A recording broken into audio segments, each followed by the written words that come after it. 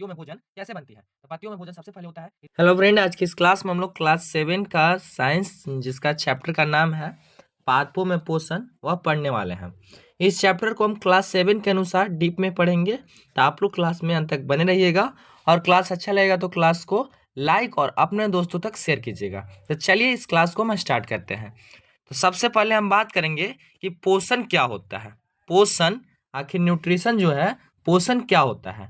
तो जीवित रहने के लिए सभी जीवों को भोजन की आवश्यकता होती है। आप सभी जानते हैं कि जीवित रहने के लिए सभी जीवों को भोजन की आवश्यकता होती है। तो सभी जीव भोजन करते हैं और उसमें जो भी पोषक तत्व पाए जाते हैं उसका इस्तेमाल ऊर्जा के रूप में करते हैं। इस क्रिया को ही पोषण कहा जाता है, आप लोग याद रखिएगा, ठीक है। तो जीवित रहने के लिए सभी जीव भोजन की आवश्यकता होती है, सभी जीवों को भोजन की आवश्यकता होती है और भोजन से ऊर्जा, वृद्धि और विकास होता है। भोजन प्राप्त करने और उपयोग करने की प्रक्रिया को ही पोषण कहा जाता है। क्या? भोजन प्राप्त करने और उसको उपयोग करने की प्रक्रिया क्या कहलाता है? पोषण कहलाता है, यानी न्यूट्रिशन कहलाता है। समझ में आ गया? किसको कहते हैं पोषण? सभी जीव भोजन करते हैं और उसका उपयोग अपने शरीर को ऊर्जा देने में, वृद्धि करने में, विकास करने में शरीर का उपयोग करते हैं। इस प्रक्रिया को ही हम पोषण कहते हैं, न्यूट्रिशन कहते हैं। क्लियर? कोई दिक्कत नहीं है। फिर हम लोग आगे चलते हैं तो अगला हमारा टॉपिक है कि पौधों में पोषण आखिर कैसे होता है। पौधों में जो पोषण है से कैसे होता है, तो आप लोग इसको पहले समझिएगा। पौधों में जो पोषण है से पोषण दो प्रकार का होता है, स्वपोषण और परपोषण। क्या? स्वपोषण और परपोषण।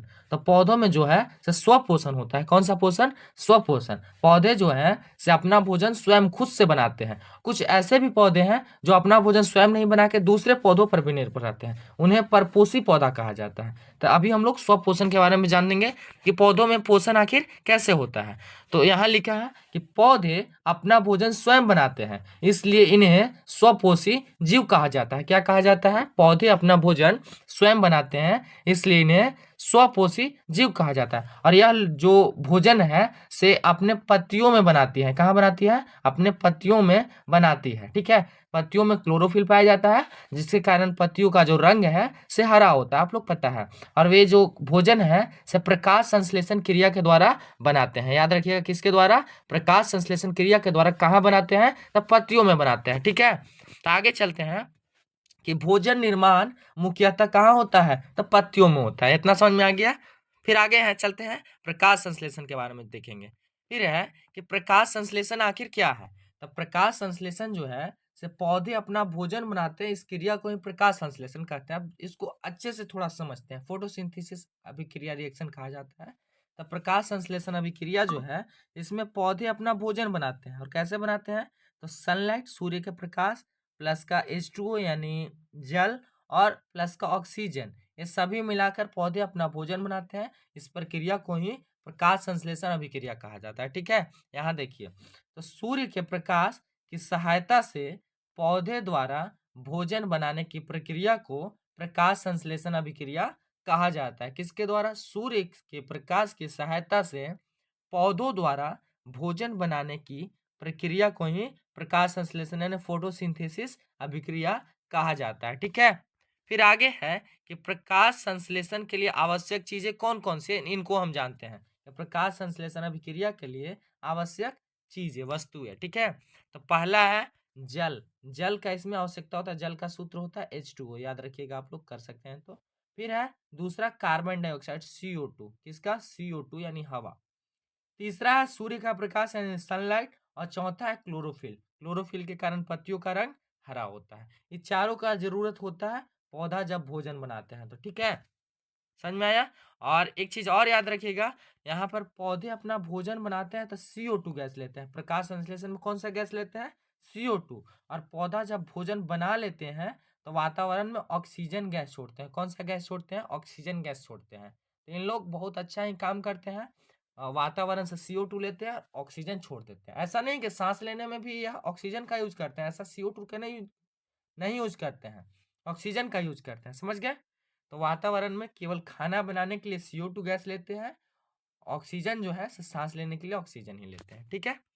फिर आगे है प्रकाश संश्लेषण का समीकरण, जिसको देखिए, जल यानी H2O प्लस CO2 सूर्य का प्रकाश, ग्लूकोज बनेगा और प्लस का ऑक्सीजन बनेगा। अगर इसको लिखित रूप में यहाँ है दिया हुआ कि पौधे ऑक्सीजन वायुमंडल में छोड़ते हैं, भोजन संग्रह का रूप कौन होता है, स्टार्च होता है। याद रखिए ऑब्जेक्टिव में पूछता है। यहाँ अगर इसका समीकरण लिखना है तो H2O प्लस CO2 सूर्य का प्रकाश सनलाइट कर लिख लीजिएगा, और ग्लूकोज बनेगा C6H12O6 और प्लस का O2। इसको संतुलित करना है। देखिए इधर H12 को है, 6 लगा दे रहे हैं 12 को, O6 को इधर हो गया, O6 को इधर भी है, 2 8 8 हो गया, C6 को है 6 को कर देते हैं, यहाँ पर O12 को हो गया, यहाँ 6 लगा दीजिए, बस संतुलित हो गया समीकरण। ये हो गया समीकरण। वैसा भी आप समीकरण लिख सकते हैं, कोई दिक्कत नहीं है। तो चलिए यहाँ तक आपको समझ में आया। फिर आगे है कि पत्तियों में जो पौधे होते हैं से कैसे भोजन बनाती है। अगला टॉपिक है पत्तियों में भोजन कैसे बनती है। तो पत्तियों में भोजन सबसे पहले होता है कि जड़ें जो है से मिट्टी से जल लेती है। क्या जड़ें जो है से मिट्टी से जल लेती है, और पत्तियों के रंध्र यानी स्टोमाटा जो है तो CO2 लेते हैं। पत्तियां जो हैं रंध्र के द्वारा CO2 गैस लेती है, और क्लोरोफिल जो है प्रकाश को अवशोषित करता है और पत्तियां भोजन बनाती है। समझ में आया। जड़ मिट्टी से जल लेती है, पत्तियां रंध्र के द्वारा CO2 गैस लेती है, और क्लोरोफिल जो है प्रकाश को अवशोषित करने का काम करती है, और पत्तियां अब अपना भोजन बना लेती है। तो आपको पता चल गया पत्तियों का भोजन कैसे बनता है। यहाँ पर देख लीजिए, जड़ जो है जल लेवे का काम करेगा, रंध्र जो है पत्तियों में जो रंध्र पाया जाता है स्टोमाटा, वो जो है से क्या लेवे का काम करेगा, CO2 लेवे का काम करेगा, और जो क्लोरोफिल अपना जो है हरित लवक जिसको कहते हैं क्लोरोफिल, वो लेने का काम क्या करेगा, प्रकाश को अवशोषित करने का काम करेगा, और अपन पत्तियां जो है से अपना भोजन अब बनाएगी। ठीक है, समझ में आ गया, किसी को दिक्कत नहीं होगा यहाँ तक। फिर आगे चलते हैं। आगे है हम लोग का पौधों में पोषण के प्रकार। तो आप लोग क्या हम बताए थे कि 2 प्रकार के, एक तो स्वपोषी एक तो परपोषी। अपना भोजन स्वयं बनाते हैं, स्वपोषी पौधे कहलाते हैं। हम पौधा का बात कर रहे हैं, जीव का बात नहीं कर रहे हैं। अब परपोषी भोजन के लिए दूसरों पर निर्भर करते हैं, उसे परपोषी कहा जाता है। तो इसको देखिए, इसको ध्यान से देखिएगा। स्वपोषी पौधा तो जान गए कि जो प्रकाश संश्लेषण का क्रिया करते हैं उन्हें स्वपोषी पौधा कहा जाता है, और जो नहीं करते उन्हें परपोषी। अब परपोषी देखिए, परपोषी भी 4 प्रकार का होता है। पहला है परजीवी, जो दूसरे पौधे से अपना भोजन लेते हैं। जैसे अमरबेल का अगर पौधा का बात किया जाए तो अमरबेल आप पीला पीला कलर के रस्सी नुमा संरचना वाला देखे होंगे, एक तो पौधा ही होता है। उसको अगर किसी पेड़ पर फेंक दिया जाता है तो दूसरे पेड़ का भोजन लेके और अपने को वृद्धि करता है, अपना विकास करता है, और दूसरे पेड़ को एकदम सुखा देता है। आप लोग देखे होंगे, अमरबेल हो गया सबसे पहला परजीवी पौधा। अमरबेल कौन सा पौधा है, तब परजीवी पौधा है, दूसरे पौधों से भोजन लेता है ये। ठीक है।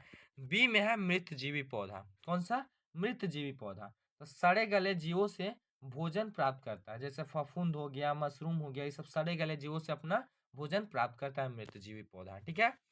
तीसरा है कीटभक्षी पौधा। तो कीटभक्षी पौधा जो है से कीड़ों को पकड़कर भोजन प्राप्त करने का काम करता है, जैसा कि पिक्चर प्लांट हो गया। कौन सा, पिक्चर प्लांट। इसको घटपर्णी पौधा कहा जाता है। क्या कहा जाता है, घटपर्णी पौधा कहा जाता है। घड़ानुमा संरचना होता है, और उसके अंदर रस्सी नुमा कुछ पाया जाता है और चिपचिपा पदार्थ पाया जाता है।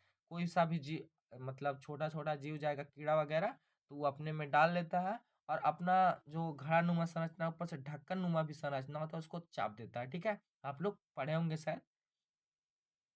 तो घटपर्णी पौधा के बारे में आप लोग जानते हैं कि घटपर्णी पौधा जो है से जो कीड़ों का भी भक्षण करता है, और साथ का साथ जो है ये से प्रकाश संश्लेषण भी करता है। और कीटों का भक्षण क्यों करता है तो हम बता देना चाहेंगे कि केवल प्रकाश संश्लेषण से इसका पूरा जो विकास का क्रिया है वो नहीं हो पाता है, जिस कारण यह कीटों का भक्षण भी करता है। ठीक है। आगे है सहजीवी। तो सहजीवी पौधा जो है से 2 जीव मिलकर रहते हैं, जैसे लाइकेन का पौधा जो है से मिलकर रहते हैं। सहजीवी में क्या होता है, से 2 जीव मिलकर रहेंगे तो ए को भी फायदा होगा और बी को भी फायदा होगा। इसको सहजीवी संबंध भी बोला है, सहजीवी पौधा के रूप में देखे हैं। तो आगे फिर उदाहरण के रूप दिया गया है। विशेष उदाहरण में है अमरबेल।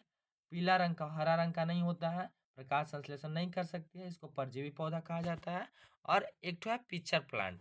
तो पिचर प्लांट जो है कीड़ों को पचाने के लिए जाल की संरचना होती है और इसको कीट भक्षी पौधा कहा जाता है। अब पिचर प्लांट को क्या कहते हैं? घटपर्णी पौधा। कौन सा पौधा? घटपर्णी पौधा। याद रखिएगा आप लोग, घटपर्णी पौधा कौन सा पौधा है? एक तो कीट भक्षी पौधा है। क्लियर है? किसी को दिक्कत नहीं होगा। फिर यहाँ पर क्वेश्चन है कि अमरबेल किस प्रकार का पौधा है? तो अमरबेल परजीवी पौधा है। किस प्रकार का? परजीवी पौधा है। और फिर अगला प्रश्न है कि प्रकाश संश्लेषण कहाँ होती है? तो प्रकाश संश्लेषण पत्तियों में होती है। कहाँ होती है? पत्तियों में होती है। प्रकाश संश्लेषण कैसे होता है आप लोग कमेंट करके बताइएगा हमको, ठीक है। फिर अगला है कि पिचर प्लांट किस प्रकार का पौधा है? तो पिचर प्लांट एक प्रकार का कीट भक्षी पौधा है और साथ का साथ यह क्या करता है? तो प्रकाश संश्लेषण क्रिया भी करता है। समझ में आया? कोई दिक्कत नहीं है। तो चलिए इस क्लास को यहीं पर बंद करते हैं। अपना पूरा जो पौधों में पोषण चैप्टर है तो समाप्त हो गया है। अगर इसका नोट्स आपको लेना होगा तो आप हमारे व्हाट्सएप ग्रुप में जुड़ सकते हैं, जिसका लिंक डिस्क्रिप्शन में मिल जाएगा।